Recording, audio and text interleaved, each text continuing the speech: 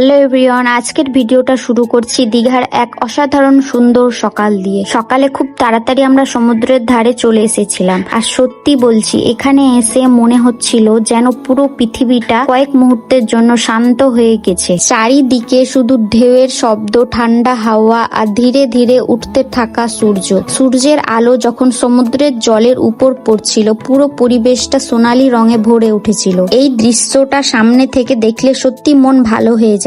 সমুদ্রের ধারে অনেক মানুষ সকালটা উপভোগ করতে এসেছিল।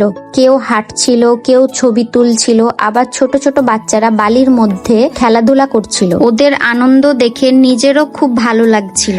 আমরা কিছুক্ষণ সমুদ্রের ধারে বসে শুধু ঢেউ দেখছিলাম। একটার পর একটা ঢেউ এসে পায়ে লাগছিল, আর সেই মুহূর্তগুলো সত্যি খুব শান্তির ছিল।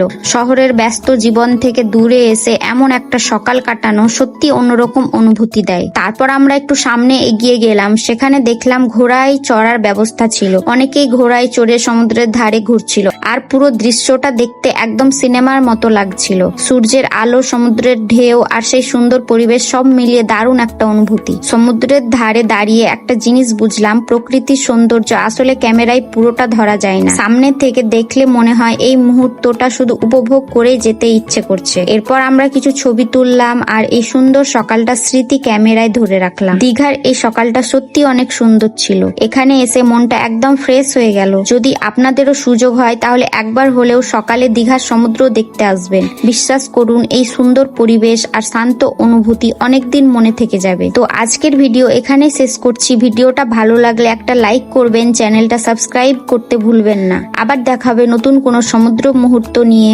আল্লাহ হাফেজ।